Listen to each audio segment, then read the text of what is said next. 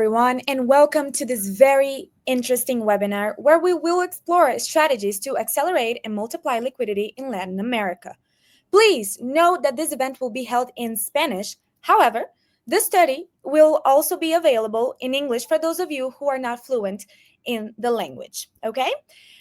Olá a todos, bem-vindos a este webinar super interessante, onde vamos abordar estratégias para acelerar e multiplicar a liquidez na América Latina. Lembro que o evento será em espanhol, mas, para quem não domina o idioma, o estudo também estará disponível em inglês.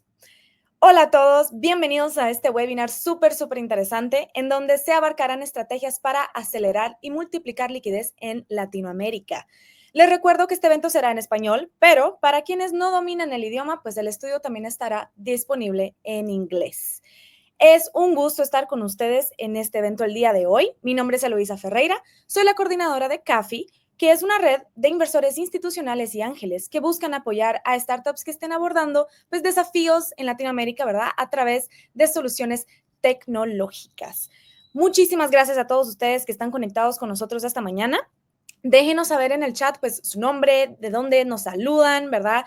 Y, pues, a cabo de nuestro estudio presentado el día de hoy, pues, pueden estar dejando sus preguntas si tienen alguna. Entonces, para que podamos conocer más de ustedes, por favor, compártenos un poquito sobre quiénes son a través del chat. José, bienvenido, ¿cómo estás? Muy bien, muchas gracias, Elo, gracias por esa introducción, como siempre, tratando de que estos eventos sean lo más global posible. Quiero recalcar nuevamente lo que nos mencionas, de dar la bienvenida a las personas que ya nos acompañan. Por acá, Gerardo nos saluda desde Guadalajara, México. Bienvenido, Gerardo, qué bueno tenerte acá con nosotros. Recuerden que nosotros no los podemos ver, pero nos encantaría por lo menos tener esa interacción bilateral, desde donde nos están saludando, porque les interesa estar en este webinar. Y como mencionaba Elo, vamos a tener un espacio de preguntas y respuestas para tratar de resolver las consultas que vayan surgiendo. Y para contarles un poco sobre la agenda del evento, este evento se divide en dos grandes partes. En primer lugar, vamos a tener la presentación, nada más de algunos puntos muy específicos, de un estudio sobre liquidez en la TAM, sobre el retorno de capital, y explicar por qué esto es importante, cuáles son los desafíos que está teniendo la industria de capital de riesgo en Latinoamérica, y cuáles son posiblemente algunos mecanismos de solución. Posterior a esa presentación rápida, eso van a ser unos 20-25 minutos, vamos a tener la participación de uno de los principales expertos a nivel mundial en temas de liquidez, salida a bolsa, IPOs, venture capital, etcétera. Y les hablamos de Jonathan Nelson. Más adelante vamos a hacer su introducción apropiadamente, para que él nos ayude también a responder desde esa perspectiva fresca, estando en el corazón de la innovación, desde San Francisco. ¿Qué podemos hacer en la TAM para abordar estos desafíos? Así que me voy de lleno a la presentación, sin antes nuevamente agradecer por acá los comentarios que nos están dejando. Por acá Carolina nos pregunta si va a quedar guardada la sesión. Efectivamente, así es. Si ustedes por algún motivo no pueden estar en toda la sesión, esta va a estar siendo grabada. Así que con eso creo que respondemos a Carolina. Gracias, Garrett, que nos saluda desde Ecuador. Bienvenido por acá, Garrett. Gonzalo Villagrán, bienvenido, que nos saluda desde Lima, Perú. Michael, desde República Dominicana, qué bueno tenerte por acá, Michael, un gusto saludarte. Desde Costa Rica también nos saludan. Desde Colombia, bienvenido, Hernando. Así que vemos acá participación de toda la región. Galit, una amiga ya conocida de la casa, bienvenida, Galit. Qué bueno tenerte por acá desde Danta Font en Costa Rica. Así que vamos a arrancar, me voy a ir súper rápido. Si en algún momento algo no queda muy claro, justamente para eso vamos a tener el espacio de preguntas y respuestas. Y para introducirme formalmente, mi nombre es José Cont, soy director de Cuántico y también colaboro con diversas firmas de venture en la región. Particularmente en el caso de HF Capital, soy el responsable de investigaciones haciendo este tipo de estudios. Y es importante mencionar que esta es la primera entrega de este tipo de análisis. A través de HF se están abordando los desafíos de liquidez a nivel global. Cómo afrontar esta situación y qué pueden hacer los inversores de etapa temprana, las compañías. ¿Por qué no hay salidas a bolsa? Bueno, ese es el trabajo que HF resuelve, así que mi rol en la firma es hacer este tipo de documentos y muy contento de tener ya un primer lanzamiento, un primer entregable de una serie de temas que vamos a ir abordando a lo largo de este año y los próximos años en este trabajo tan desafiante y tan interesante. Quiero empezar con esta cita de Sequoia Capital, publicada en un estudio, una reflexión que ellos hacían en 2021, donde decían que la innovación en el venture capital no ha seguido el ritmo de las empresas a las que atendemos. Nuestra industria sigue atrapada en un ciclo rígido de fondos a 10 años que surgió en los años 70, mientras los chips se reducían y el software se iba hacia la nube. El venture, en ese contexto, ha seguido operando con el equivalente empresarial de los disquetes. Y esto habla de que no es casualidad que hoy veamos este tipo de resultados, donde lamentablemente hemos vivido una caída muy fuerte en términos de salidas, en términos de retorno de capital, en términos de generación de liquidez hacia los inversores que apuestan por la industria capital de riesgo en Latinoamérica. Entonces, realmente el dolor es bastante claro y es que sin retornos, sin liquidez, no hay un incentivo para que más capital siga siendo colocado en la industria. Y este desafío hoy es bien particular porque estamos en un contexto económicamente que también desafía a la industria y lo vamos a ver más adelante en esta presentación. Pero yo creo que, de nuevo, este es un tema que está relativamente claro en el ecosistema de Latinoamérica y de hecho es una situación que ya luego Jonathan nos conversará más al respecto, pero al parecer es una situación mundial. Entonces el problema es claro, pero las respuestas es donde nosotros vemos que podemos sumar valor. Este informe ha sido estructurado de tal manera que las soluciones puedan ser implementadas en el corto, el mediano y el largo plazo. Las soluciones de corto plazo y de mediano plazo normalmente van a depender de nosotros como actores de la oferta de inversión, como gestores, como GPs, como ángeles. Las soluciones en el largo plazo no van a depender tanto de la industria, ya va a depender más del ecosistema, de otros stakeholders con los que hay que llevar este conocimiento, pero para que permitan que la industria realmente alcance su potencial. Cuando hablamos de corto plazo, realmente creo que tenemos que ponernos en el acuerdo de a qué nos referimos. Nosotros nos referimos a algo de 3 a 5 años. Y una primera solución, que quizá para muchos es evidente, pero también para otras personas es algo desconocido, es hablar sobre el mercado secundario y las ventas parciales y cómo esto ofrece una solución de liquidez para los inversores de venture capital en etapa temprana, para los inversores ángeles, incluso para algunos inversores institucionales. Es importante mencionar algo en tema de innovación de este reporte que les estamos presentando. La mayoría de imágenes, como esta que ustedes ven aquí debajo del 1, si ustedes le hacen clic, van a poder ir a los contenidos para poder ampliar, porque puede ser que en la lectura del extracto que nosotros hicimos, tratamos que este informe pueda ser leído en menos de una hora y que sea algo muy claro, muy sencillo de entender. Y entonces eso nos hace ir pues prácticamente al grano.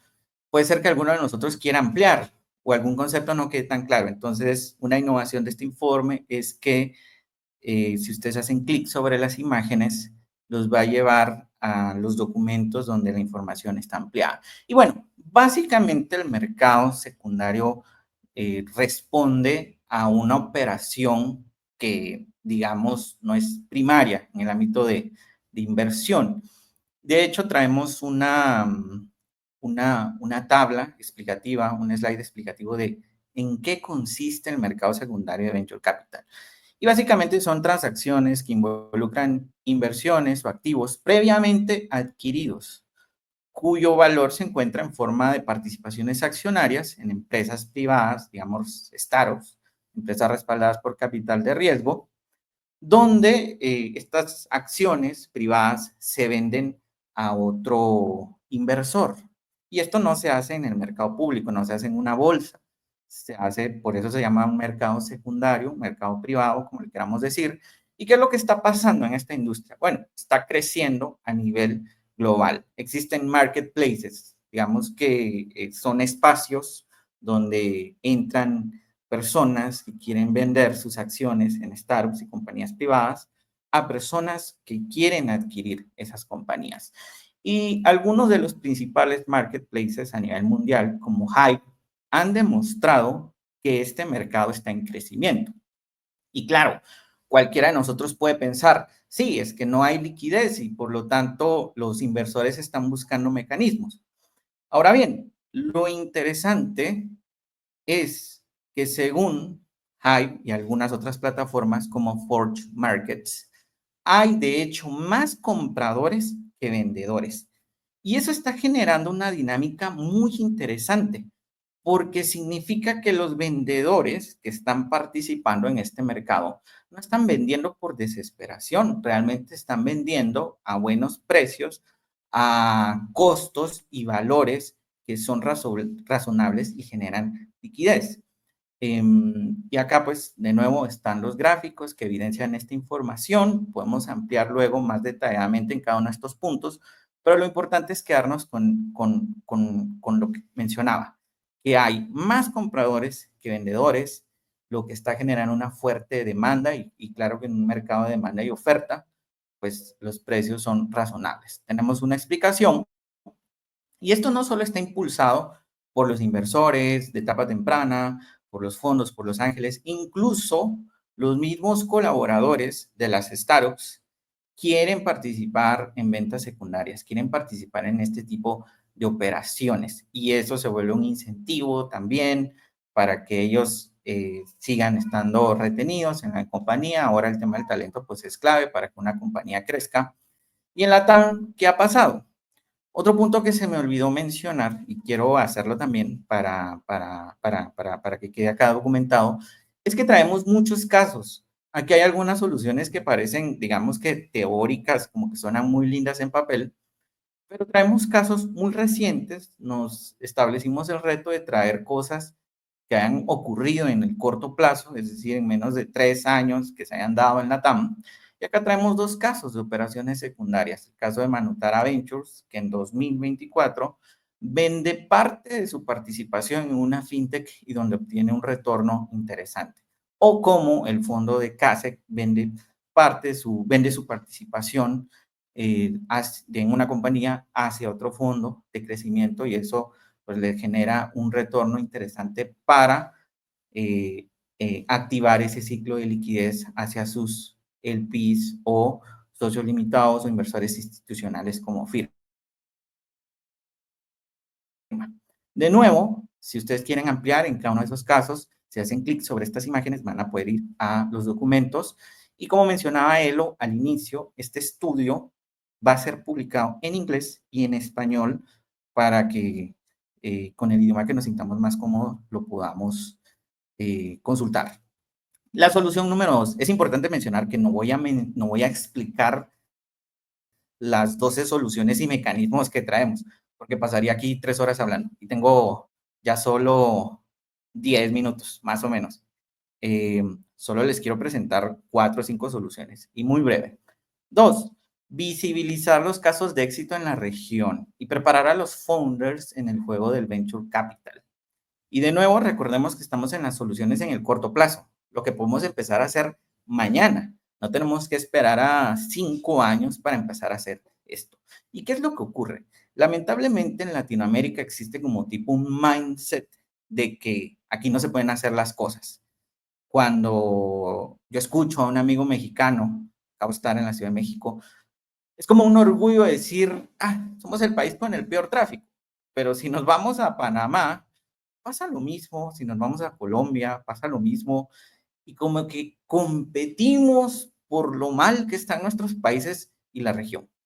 Y lamentablemente ese mindset se traslada muchas veces al tema de los founders, al tema de la inversión, donde hay una falsa creencia de que no es posible construir empresas de alto impacto y de alta escalabilidad en la región. La realidad es que sí, simplemente que esos casos no tienen tanta visibilidad. Y no tienen tanta visibilidad porque al día de hoy la industria de medios de comunicación, la información que fluye a nivel de redes sociales, normalmente se centra en lo negativo. Es un problema de incentivos, es un problema de modelos de negocio. Entonces, nosotros como inversores, entendiendo que lo que está llegando hoy a San Francisco, a Nueva York, son puras noticias negativas de la TAM, tenemos que hacer el esfuerzo para que lo bueno que está ocurriendo sea evidente en los lugares donde el flujo de capital se está dando y que básicamente es los mercados desarrollados como Estados Unidos. Un caso muy interesante este año, Active Campaign, un gigante en el ámbito de email marketing y el ámbito de comunicación, adquiere a una compañía mexicana llamada Hilos. Y algo que nos llamó mucho la atención fue el rol de uno de sus inversores dando visibilidad a este hecho. Entonces, de nuevo, no son casos que les estamos trayendo de hace 20 años, son cosas que están ocurriendo el día de hoy y roles donde las firmas pueden sumar valor para que ese mensaje llegue hacia otras regiones. Yo creo que para todos los latinoamericanos está claro que somos una región de mucho talento, de mucha capacidad, de mucha resiliencia, de mucha innovación, pero eso no es tan claro en otros mercados. Si ustedes van a San Francisco, lo primero que van a preguntar es, pero, ¿qué tiene de superior la TAM que otros mercados en desarrollo, como la India? Pues, no sé si han visto los estudios de Atlántico, pero está evidenciado que cada dólar invertido en la TAM genera más retorno. Simplemente que lo que ocurre es que eso no es tan claro. Y tenemos que preparar a los founders en el juego de venture capital. Si queremos que haya retorno hacia las firmas, los inversores, los founders tienen que estar conscientes que no se trata solo de ir a levantar por probar para permitir que un negocio sobreviva, sino se trata de un proceso de ir escalando de manera rápida y ágil para finalmente llegar a un evento de liquidez que recompense a todos los actores, inversores, founders, diversos stakeholders. Eso hoy no se está dando y lamentablemente acá lo vemos como una situación incluso a nivel mundial. Carta acaba de publicar un estudio donde muestra lo difícil que está siendo para las compañías pasar de una serie seed a series A. Se está duplicando el tiempo en menos de 5 años. ¿Eso qué significa? Menos liquidez para todos aquellos que invirtieron en las etapas pre-seed y seed.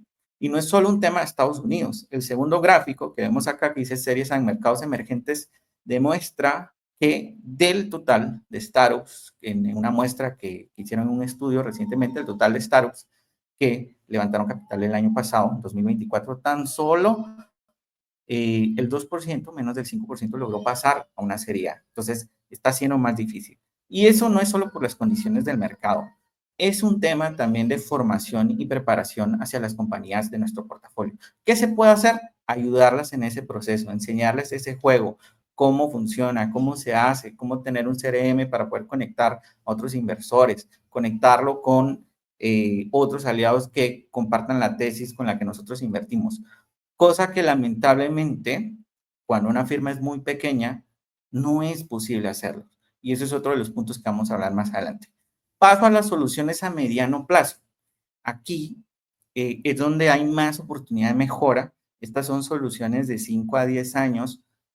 Siguen dependiendo principalmente de las firmas de inversión.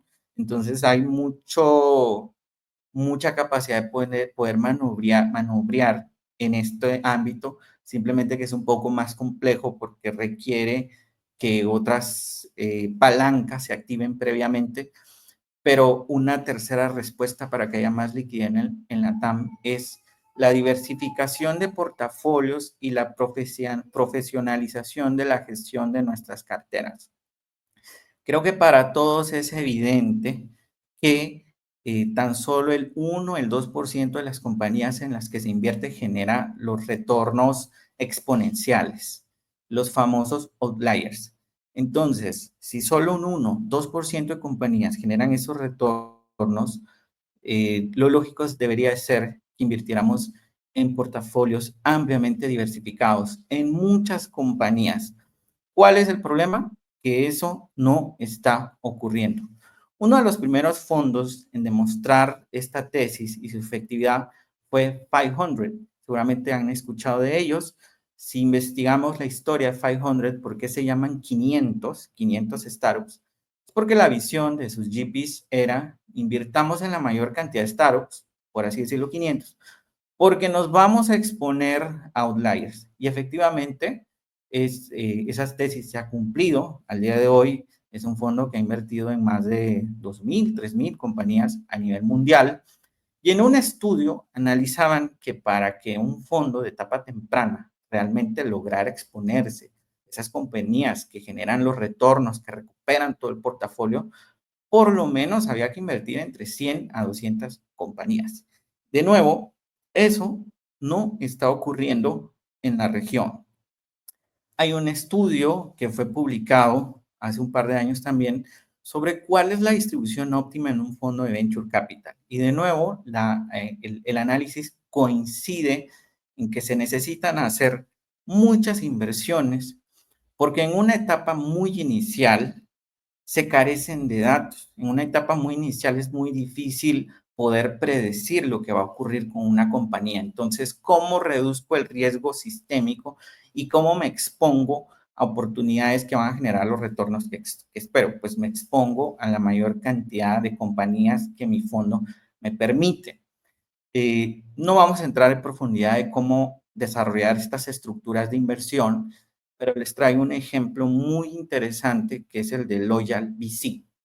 Loyal VC básicamente lo que hace es que 6 veces al mes coloca tickets de $10,000, que le llama pilotos, en 6 compañías, 6 veces al mes. Pasados 6 meses, analiza el desempeño de esas inversiones y al top 2% de esas empresas ya coloca un ticket de tamaño de venture, ya son un ticket de $200,000. Y luego, de pasado otro tiempo, analiza las compañías que tienen el mejor desempeño y ya coloca un primer ticket de crecimiento de $1,000,000. Y el 2% que sigue avanzando y que va dando los mejores resultados en las métricas que se analizan, ya recibe un ticket de 3 millones para escalar. Este proceso del alfa inteligente o proceso de inversión por etapas o por puertas no es una teoría.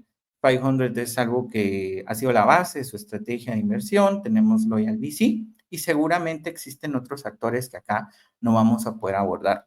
De hecho, en un análisis publicado por la firma que lidera el autor de El dilema del innovador, se me olvidó el nombre de este señor ahorita, pero súper famoso por este libro, ellos hablan de los 7 arquetipos de las firmas de venture capital del futuro. Y uno de los arquetipos de estas firmas de inversión es lo que llaman el Index Style VC, que es básicamente invertir en muchas compañías para reducir los riesgos sistémicos. No es el único approach.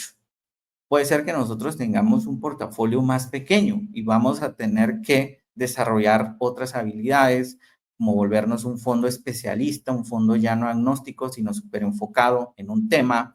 Muchas gracias, Pedro. Es Clayton Christensen, correcto, él es el autor de ese estudio y es el autor de este libro. Los fondos, por ejemplo, los superángeles, que su ventaja operativa es que invierten mucho más rápido, no se tardan semanas, se tardan días y horas en decidir.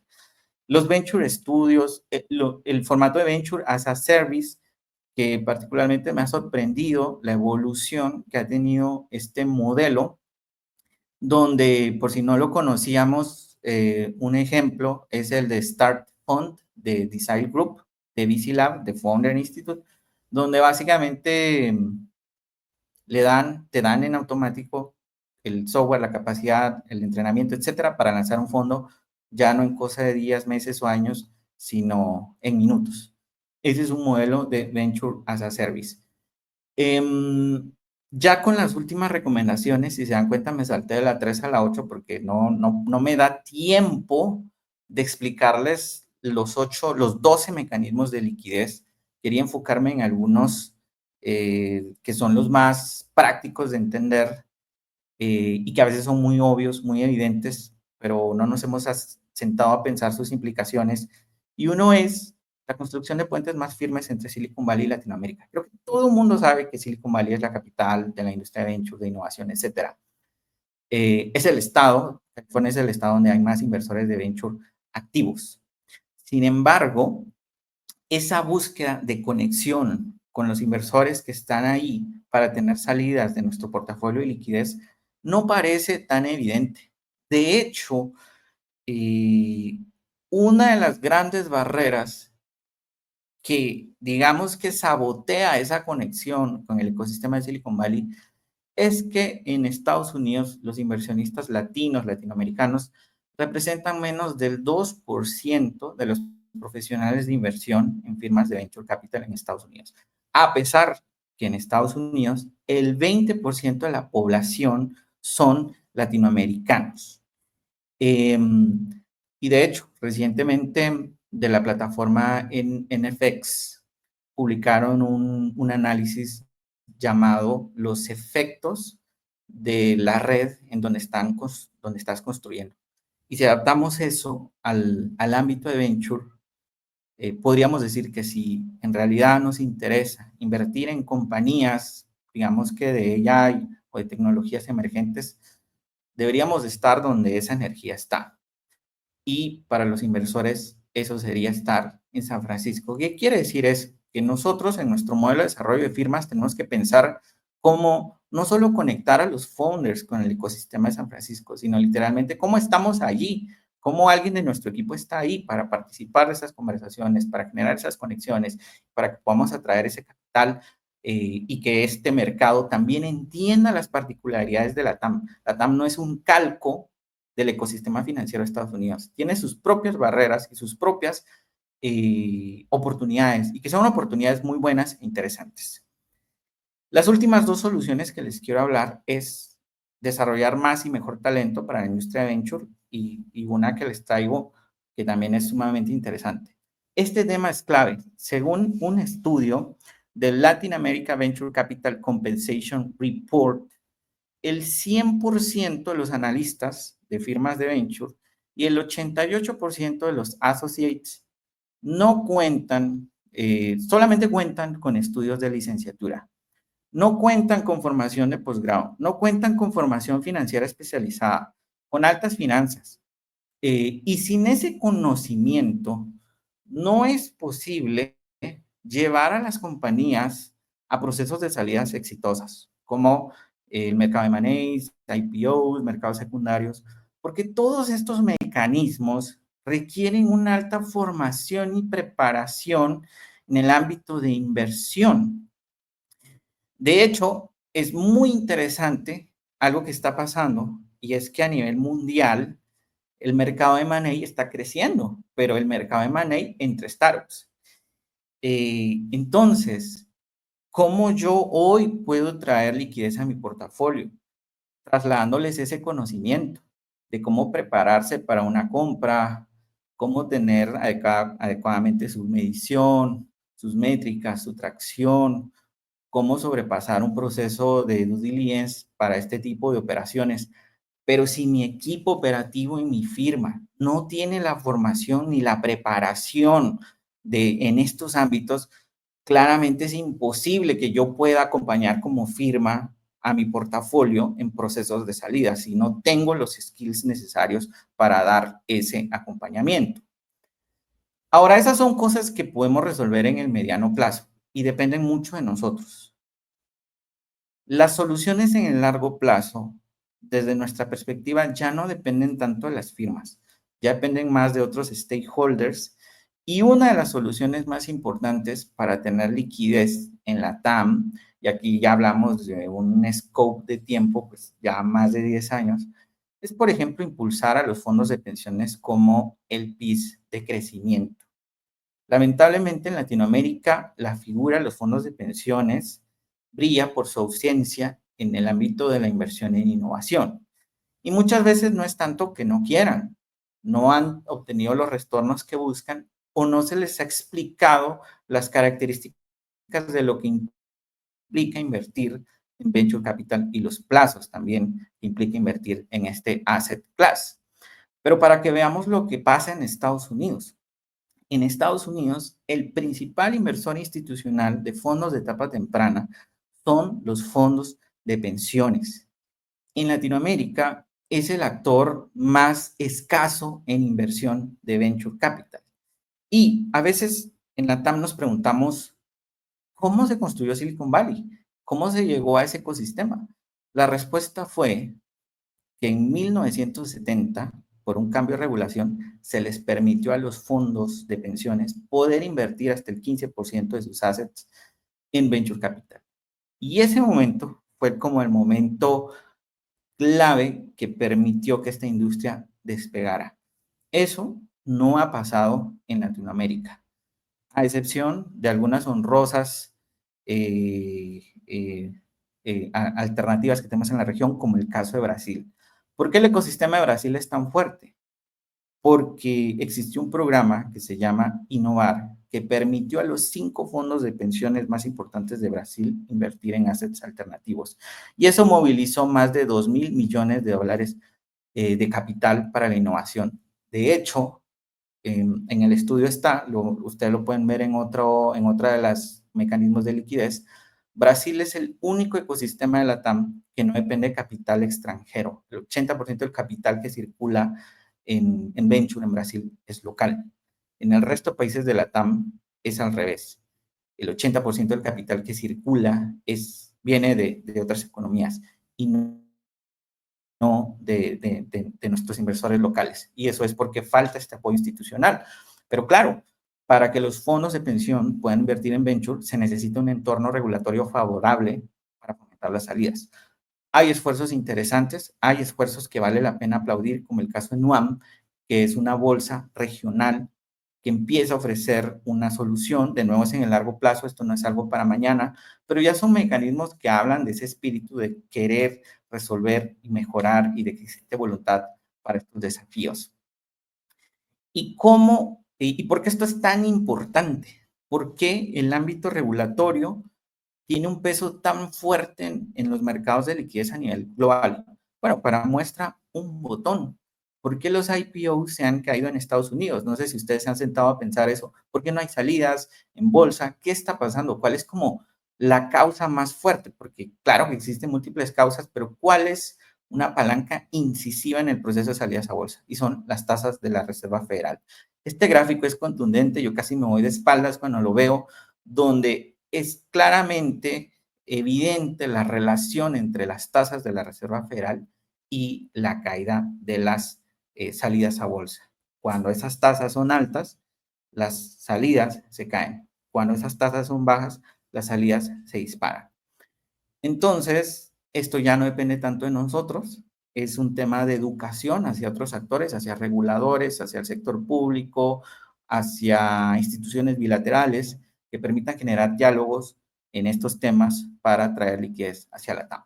Me quedo por acá, me atrasé un par de minutos, bueno, perdón, tomé un par de minutos más, pero estas son solo algunas de las soluciones y ustedes van a poder analizarlas a profundidad en el documento para que puedan seguir profundizando en las otras causas. Así que con esto pasamos al siguiente punto. Súper, José. Muy, muy interesante, la verdad, especialmente la parte en donde mencionaste que falta todavía mucha educación. Y yo considero que sí, porque no es solo para ese mundo, sino que es para un montón de otras cosas. Entonces, claro que esto se va a ver afectado. Pero muchas gracias entonces por tu presentación. Con mucho gusto, aquí estaban preguntando si este reporte se puede descargar y por lo que yo entiendo sí se puede descargar. Entonces, con mucho gusto. Y también quería dar la bienvenida a pues pasar a nuestra siguiente actividad, ¿verdad? Que es darle la bienvenida a Jonathan Nelson. ¿Qué tal, Jonathan? ¿Cómo estás? Bien, bien. Pura carnita de pavo, como dicen los ticos. Qué buenísimo. Bueno, muchísimas gracias por participar y estar aquí en este evento con nosotros, ¿verdad? Realmente tú, bueno, tú eres una figura inminente en todo esto, entonces qué gusto tenerte por acá. No, muchísimas gracias. Siempre me encanta hablar de salidas, de temas de liquidez y he estado obsesionado de este tema por los últimos 10 años, entonces feliz de tener la charla. Buenísimo. Y bueno, bienvenido Jonathan, qué bueno tenerte con nosotros. Para que el público tenga un poco más de contexto, Jonathan Nelson es el fundador de Hackers and Founders, una de las comunidades más grandes a nivel mundial de personas relacionadas con la tecnología. Durante muchos años, este ha sido un movimiento que ha impulsado la innovación, la inversión, el pensamiento disruptivo a nivel global. Y Jonathan ha participado en infinidad de iniciativas, organizaciones que impulsan la inversión, el venture capital, la liquidez, el mercado secundarios. Y desde nuestra perspectiva, es uno de los pocos expertos a nivel mundial que entiende a detalle estos temas. Así que pasamos, si quieren, de lleno a esta parte de preguntas y respuestas, Jonathan. Y nuevamente, gracias por tu tiempo y adelante, Elo. Perfecto. Bueno, Jonathan, entonces empecemos. Te quiero empezar con la primera pregunta y es, ¿por qué el tema de las salidas en Latinoamérica es tan difícil? ¿Es algo histórico? ¿Algo cultural? Bueno, he estado obsesionado de este tema y he estado preguntando por qué Latinoamérica tiene esta falta de salidas. Sospecho, y de lo que yo he visto, es el tema de comprar acciones en bolsa en Latinoamérica casi no se hace. Si hablas con los family offices, las familias empresarias, si tú les pides, oye, mira, del portafolio que ustedes arman, ¿cuánto de las riquezas que tienen en la familia, activos, bienes, empresas, qué es el porcentaje que ustedes tienen en activos en bolsa? Usualmente en Latinoamérica más o menos es como el 5%. Si tú ves un family office en los Estados Unidos, más o menos el porcentaje de esa cartera va a ser el 30-50%. Entonces, el mundo de VC, los GPs, les han estado enseñando a los family offices en Latinoamérica cómo es que se compra un stock, un activo. Pero de ahí, ¿por qué es eso? ¿Por qué no hay la cultura de comprar acciones? Sospecho también que fuimos colonizados por los españoles y en Brasil los portugueses. La conquista inglesa se financió a través de la Bolsa de Londres. Habían unos 400 a 500 inversionistas en la empresa que lo usaron para colonizar el resto del mundo, de East Indies Trading Company, y levantaron dinero en la bolsa. Entonces, la conquista inglesa era mucho más comercial. Esa empresa se le daba licencia a hacerlo pirata. Tenía un ejército esa empresa. Esa empresa tumbó el gobierno de India y todo eso con el apoyo del rey. Ahora, en España, ¿quién financió la conquista de Latinoamérica? La reina Isabela. Entonces, las ganancias de la conquista inglesa se repartieron entre los accionistas. Y las excolonias británicas recibieron tecnologías de bolsas de valores, tecnologías de personas jurídicas y personas morales que tienen shareholder protections, protección a los accionistas minoritarios. Por ejemplo, en Ecuador, todavía no existe, de que yo sepa, algo similar al Delaware C Corp, donde los accionistas minoritarios son protegidos. En Colombia, el SAS, en Chile, el SAS, en México se llama es otra entidad financiera que tiene más o menos similares protecciones para los accionistas minoritarios que los tiene el Delaware C Corp. Entonces, de esa cultura, los gringos nos llevan unos 400 años adelantados en este tema de mercados de capitales. En la TAM, si tú ves las bolsas, ¿a qué bolsa vas a salir? Hay venta y compra, y no hay liquidez en las bolsas de la TAM. También si lo ves como un mercado gigantesco, es el 10% del PIB mundial. Pero tenemos cuántas bolsas tratando de cubrir eso. Necesitamos una bolsa regional a nivel LATAM. Eso es lo que están haciendo Perú, Chile y Colombia, pero todavía necesito mucho más trabajo ahí. Entonces, creo que el tema de la falta de liquidez vino porque nos conquistaron los pésimos, con amor a mis amigos españoles. Y de ahí viene la falta de comprar acciones, la cultura de comprar acciones. Empresas en los Estados Unidos, especialmente en Silicon Valley, maximizan el valor de las acciones, maximizing shareholder value. Las empresas que se construyen en Latinoamérica, los empresarios, los más grandes, maximizan el flujo de capital a los dueños de la empresa, que usualmente son familias. El 95% de las empresas grandes en Latinoamérica son empresas familiares de múltiples generaciones. Entonces, esa cultura ha sido grandísimo. En los Estados Unidos se compran empresas regularmente.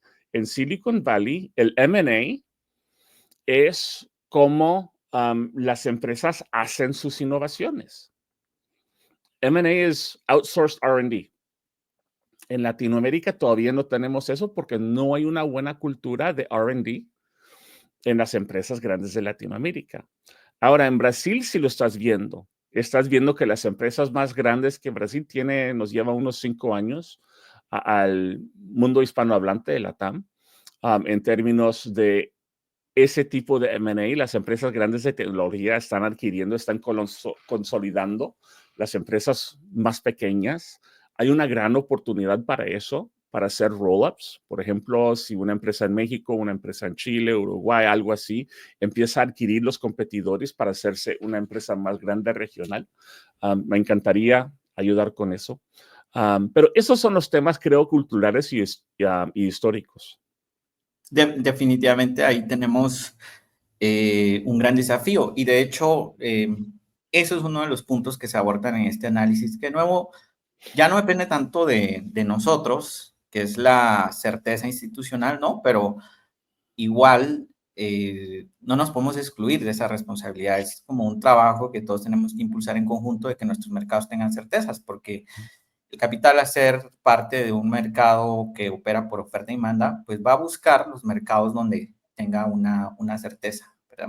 Así que buenísimo, coincide mucho ahí. Acá tenemos varios comentarios donde Pedro, por ejemplo, nos dice no hay un Estado de Derecho y efectivamente son variables que tal vez nosotros no las vemos, que inciden lamentablemente negativamente en un tema de tener menos liquidez. Ahora, avanzando a otra pregunta, creo que está claro los desafíos, los problemas, creo que ahí no hay como mucha duda.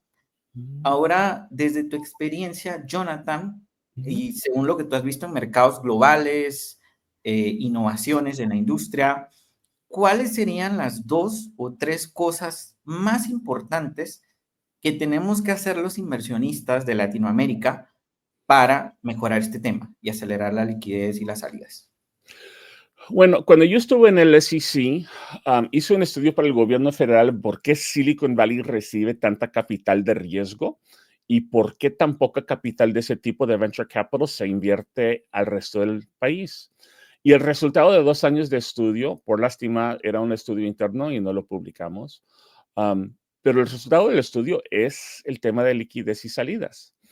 Y el problema es que en Silicon Valley es donde el 85 a 95% de todo el M&A en el mundo de tecnología a nivel mundial ocurre.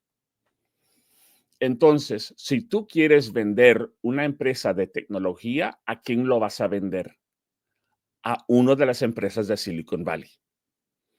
Silicon Valley tiene un mercado de corporate development, de M&A muy establecido. Cisco ha comprado 350 empresas en la historia de la empresa. O sea, es una máquina, adquieren empresas, las toman y hacen el grupo Cisco, pero lo hacen a través de M&A. Entonces, si somos latinoamericanos y tenemos empresas en nuestro portafolio, ¿cómo las vamos a vender? Si no conocemos a nadie adentro de Google, adentro de Facebook, si tenemos empresas de IA en nuestro portafolio y tenemos un grupo de ingeniería súper bueno, las adquisiciones de talento ocurren muy frecuentemente en Silicon Valley. En un talent acquisition, una empresa se compra el precio por ingeniero de buenísima calidad en Silicon Valley para un talent acquisition es de 1 a 2 millones de dólares por ingeniero. Si tenemos 10 ingenieros de buenísima calidad en nuestra empresa, esa empresa en un talent acquisition vale de 10 a 20 millones de dólares fácilmente. Claro, Pero solo por tu talento. Solo por el talento. Entonces, si no estamos en Silicon Valley, si Silicon Valley no conoce el talento latinoamericano, se menosprecia. Si no estamos en Silicon Valley, no conocemos a la gente de M&A. Silicon Valley es sumamente networkeado. ¿Quién conoces y con quién puedes hablar? Yo, haciendo mis eventos de Hackers and Founders, uno de los accidentes beneficiales que yo hice es conocí y tomé cervezas y cafés con miles de personas. Y ahora, si yo necesito hablar con alguien en Silicon Valley, conozco a alguien que conozca a la persona.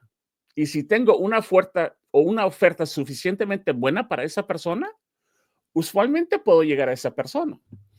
Entonces, de crecer la red en Silicon Valley toma tiempo, pero es necesario.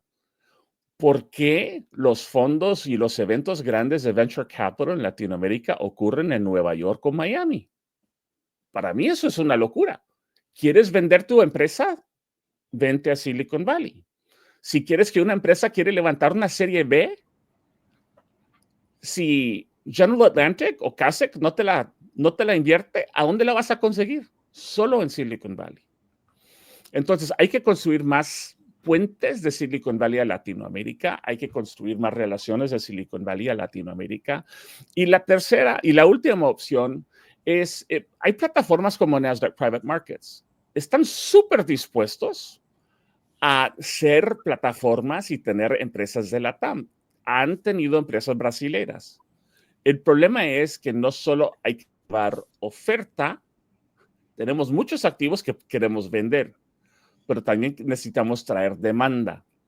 O sea, como comunidad, los VCs, necesitamos colaborar un poquito mejor y decirles a nuestros LPs, oye, mira, hay un activo en Nasdaq Private Markets, si te interesa, para crear esta comunidad, este tema de demanda de personas en Latinoamérica que quieren comprar activos de empresas más desarrollados de la TAM.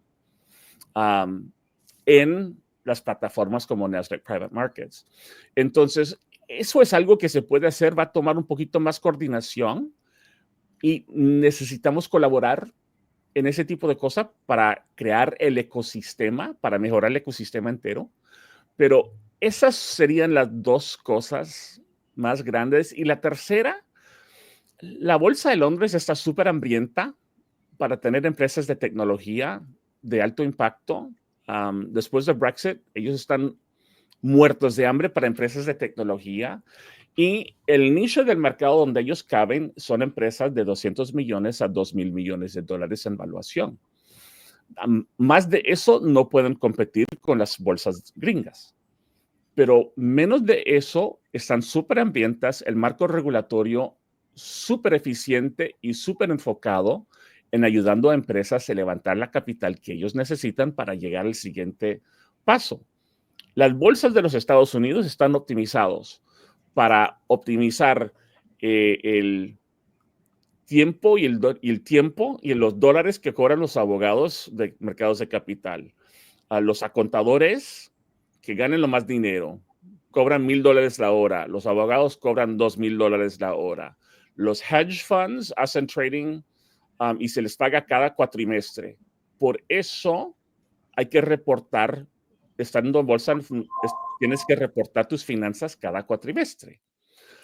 Está optimizado para high frequency traders, las bolsas de los Estados Unidos. Entonces, no vale la pena salir a bolsa en los estados si no estás facturando más de 5,000 millones de dólares. La bolsa de Londres, si estás facturando 20 a una evaluación de 200, es una muy buena salida a bolsa, y ese ecosistema está optimizado para ayudar a los emprendedores a crecer sus empresas, teniendo acceso a mercados de capital y pudiendo levantar en días después de que ya estás en bolsa. Entonces, aliarnos un poquito más con el ecosistema de Londres, definitivamente con el ecosistema de Silicon Valley más, y tratar de sumarnos como grupo a una plataforma como Nasdaq Private Markets para ahí crear la oferta y también la demanda. Y así creo que esos serían las soluciones que podemos hacer para mejorar este tema de liquidez en la TAM. Buenísimo, Jonathan. Sí. Súper interesante. Antes Sí. de la siguiente pregunta con Nelo, solo quería complementar algunos puntos de lo que tú decías. Según la NVCA en California, el año pasado habían 1,943 firmas de venture activas invirtiendo. 1,943. En Nueva York, que es el segundo estado, 1,090.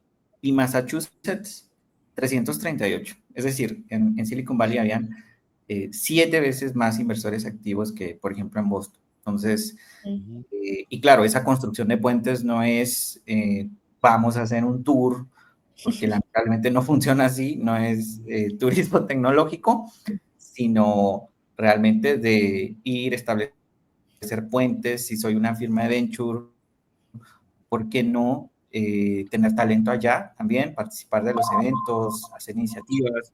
Claro que es un desafío, pero son las soluciones que han funcionado para otros ecosistemas. Adelante, Elo. Gracias. No, sí, también se me hizo muy, muy interesante, especialmente ese tema de hacer los puentes, porque creo que sí es un ecosistema en donde es necesario, ¿verdad? Y con eso, pues, voy a pues, lo que sería ya nuestra última pregunta. ¿Qué ves o cómo ves el futuro de salidas en la TAM? Mira, el mercado de VC de veras solo empezó hace unos 15 años en la TAM. Toma más o menos unos 14 años para tener una salida a bolsa de una inversión de semilla. El ecosistema de la TAM ha estado creciendo una tasa grandísima, y una tasa muy agresiva, una tasa muy alta. Pero todavía creo que nos falta unos 5 a 8 años de madurez para que tengamos varias salidas a bolsa que sean una catalyst, una catálisis, para cambiar eso. Lo que vi en el Medio Oeste habían 2 adquisiciones súper grandes. Uber compró su competidor en el Medio Oeste llamado Careem, y el mismo año Amazon compró su competidor llamado Zook. En total, las 2 salidas valuaron $1,000 millones por ahí. En el siguiente año aparecieron 20 fondos de VC, porque los family offices todos dijeron, yo me acuerdo cuando ellos me hicieron el pitch. Así se gana dinero en este mundo. Ok, ahora sí. Y a los 5 años después de eso, ya estás viendo la bolsa de la Arabia Saudita y las bolsas de Dubái ahora están mucho más activas y están empujando mucho más de tener ese tipo de empresas, y están tratando también conectarse con las bolsas de Europa y la bolsa de Londres para crear más volumen y más liquidez. Vamos a tener que tropicalizar esta solución. No lo vamos a hacer puro a la gringa. Vamos a tener que tomar las soluciones que tienen ellos y tratar de hacer algo y tomar partes de todo esto y mezclarlos para tener un ecosistema vivo y vibrant y muy activo. Pero veo que se va a resolver ese problema. Y cualquier cosa, siempre aquí estamos en HF Capital, siempre un tema para hablarles, y si vienen a Silicon Valley, avísame, y feliz de para tomarles un café, una cervecita, lo que guste. Buenísimo, Jonathan. Te vamos a tomar la palabra. Claro. No, la verdad que definitivamente de acuerdo contigo. LAPCA, que es la Asociación de Capital de Latinoamérica, nace en el 2001 Como tú dices, una organización aglomera a diversos actores. Y si ese nacimiento se da en 2001, o estamos en 2025, es natural que sean los desafíos de un ecosistema joven. La National Venture Capital Association nace en 1970, entonces también hay que entender ese tema del timing, ¿no? Que un proceso en desarrollo vas a tener altos y bajos, pero ¿por qué no aprender las lecciones de otros ecosistemas y buenas prácticas? Entonces, creo que estamos muy contentos con todo lo que nos comentas y que al final pues es un tema también de adoptar esas buenas prácticas y aprendizajes. Así que creo que con esto vamos a ir cerrando esta presentación. Recuerden, la grabación va a ser compartida por si alguien no la pudo ver o quiere verla desde el inicio, se conectó tarde, no hay ningún problema. Y este estudio va a ser compartido el día de mañana en inglés y en español para que quien se sienta más cómodo en cualquiera de estos dos idiomas lo pueda consultar a detalle. Así que nuevamente, Elo, muchísimas gracias por habernos acompañado. No, gracias a ustedes por pues estar aquí en este evento. Realmente fue un gusto compartir con ustedes. O sea, siempre encantada de participar aquí. Buenísimo. Y Jonathan, Gracias, gracias José.